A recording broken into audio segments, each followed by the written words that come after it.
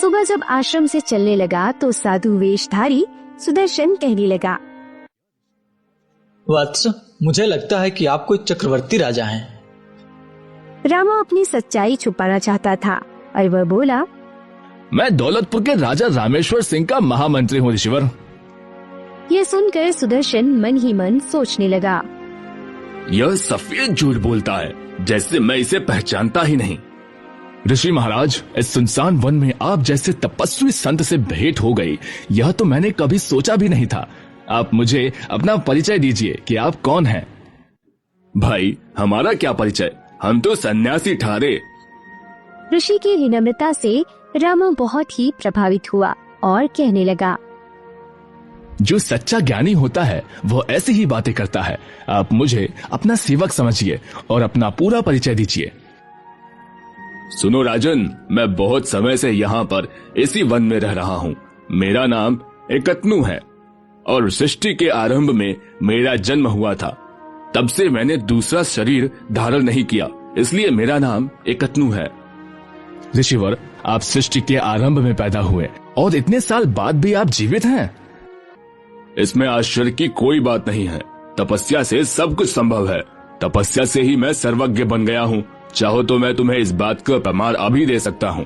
तुमने मेरे सामने अभी अभी झूठ बोला है। तुम राजा रामेश्वर सिंह के महामंत्री नहीं, बल्कि खुद राजा रामेश्वर सिंह हो। ऋषिवर, आप तो सचमुच अंतर्यामी हैं। राजन, मैंने तो तुम्हें शुरू में ही अपने तप के प्रभाव से तुम्हारे बारे में सब कुछ जान लिया था। मैं तुम्हें आशीर्वाद देता हूँ कि तुम्हारा यश तीनों लोकों में फैले। लेकिन क्या ऋषिवर? राजन, यूं तो पृथ्वी के सभी राजा तुम्हारी दास्तां स्वीकार कर लेंगे, लेकिन अपने राज्य के सभी ब्राह्मणों से तुम्हें खतरा है।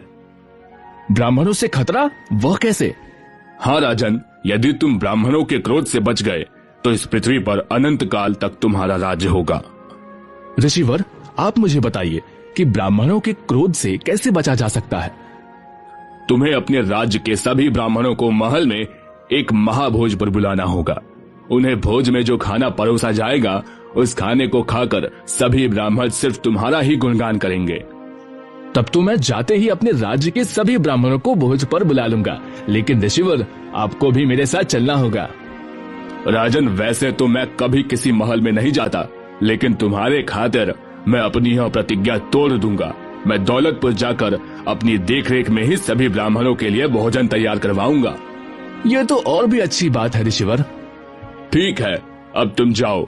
आज से 3 दिन के बाद हम दौलतपुर आएंगे। उस समय तक तुम सभी ब्राह्मणों को भोज बनाने का निमंत्रण भेजो। जैसा आपका आदेश ऋषिवर। रामा अपने घोड़े पर बैठकर दौलतपुर की तरफ रवाना हो गया और इधर राजा सुदर्शन मतंग ऋषि के पास पहुंचा और कहने लगा, गुरुदेव, आपने जैसा मुझे आदेश दिया था मैंने वैसा ही किया। अब मुझे आगे क्या करना है? सुदर्शन, मैं तुम्हें एक खास तरह की जड़ी बूटी का रस दूंगा। दौलतपुर जाकर तुम्हें सबसे पहले रामेश्वर सिंह के सीधे हाथ की हथेली पर उस रस को डालना है। ऐसा करने से क्या होगा गुरुदेव? राजन, रामेश्वर सिंह के हाथ पर एक ज्योतिषी ने राजयोग की नकली रेखा बना दी थी।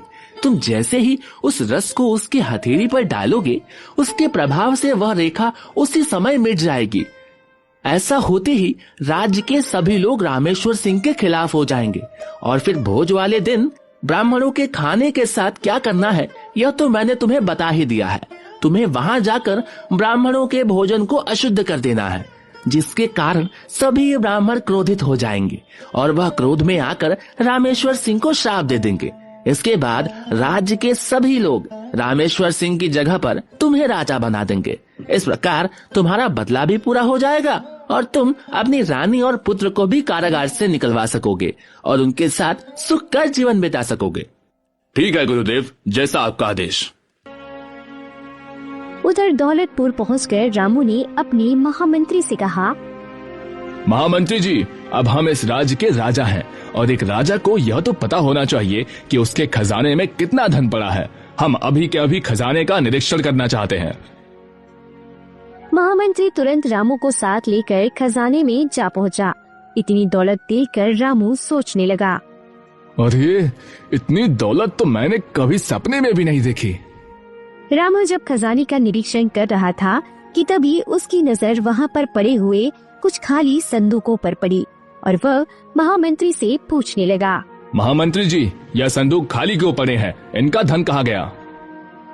महाराज, पिछले वर्ष राज्य में भयंकर सूखा पड़ा था। तब इन संदूकों की स्वर्ण मुद्राएं अकाल से पीड़ित जनता में बांट दी गई हैं। तब से यह संदूक खाली है। महामंत्री जी, सूखा तो पिछले साल पड़ा था।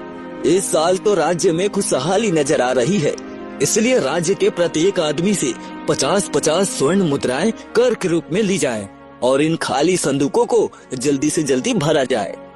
महाराज, यह आप क्या कह रहे हैं? अकाल की मार से अभी लोग पूरी तरह से उभर भी नहीं पाए। इतनी जल्दी उन पर इतना भारी कर लगाना ठीक नहीं है। महामंत्री जी, आप हमेशा हमारी बात को काटते हैं।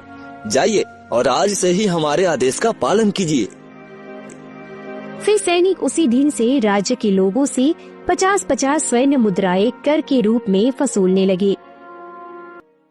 ठीक 3 दिन के बाद साधु के वेश में राजा सुदर्शन रामू के पास पहुँचे।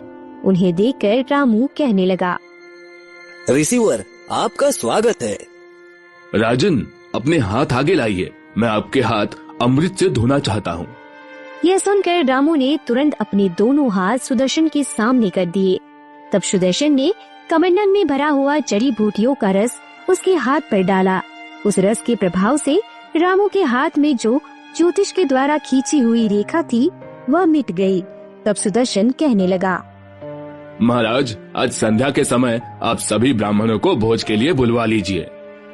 ठीक है रिसीवर, मैं अभी अपने आदमियों को भेजकर ब्राह्मणों को बुलवाता हूँ।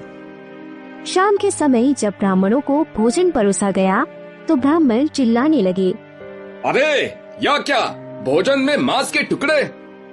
लेकिन यह कहाँ से आए? हमने तो सात्विक भोजन बनवाया था। राजा रामेश्वर, क्या तू भूल गया कि ब्राह्मणों को तामसी भोजन परोसना एक महापाप है? तूने भोजन में मांस के टुकड़े परोसकर हमारा घोर अपमान किया है।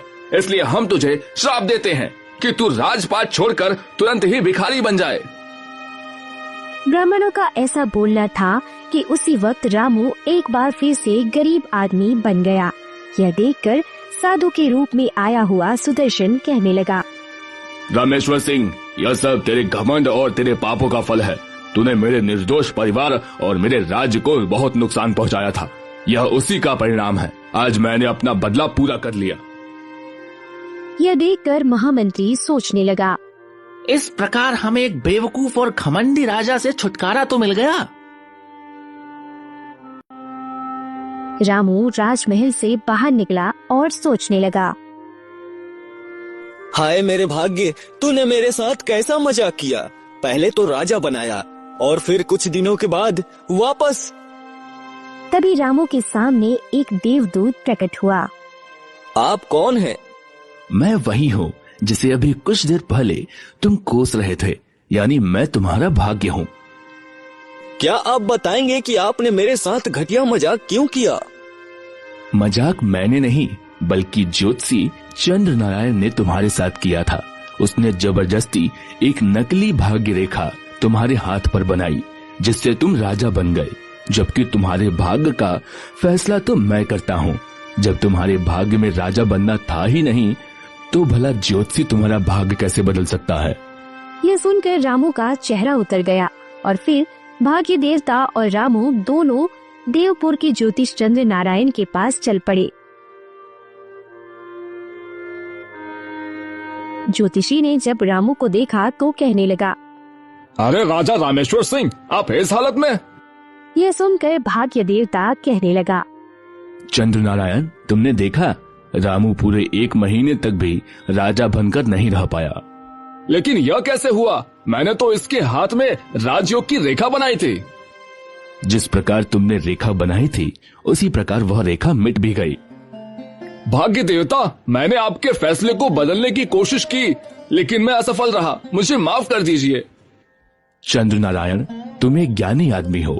याद रहे कि फिर कभी अपनी विद्या का गलत इस्तेमाल मत करना। रामू, अब तुम यहाँ से अपने घर वापस लौट जाओ। तुम्हारी पत्नी और बच्चे तुम्हारा इंतजार कर रहे हैं। जाओ, मेहनत करो और अपने परिवार का पालन पोषण करो। बस यही तुम्हारे भाग्य में लिखा है। भाग्य देवता वहाँ से अदृश्य हो गए और फिर रामू अपने घर की तरफ चल पड़ा।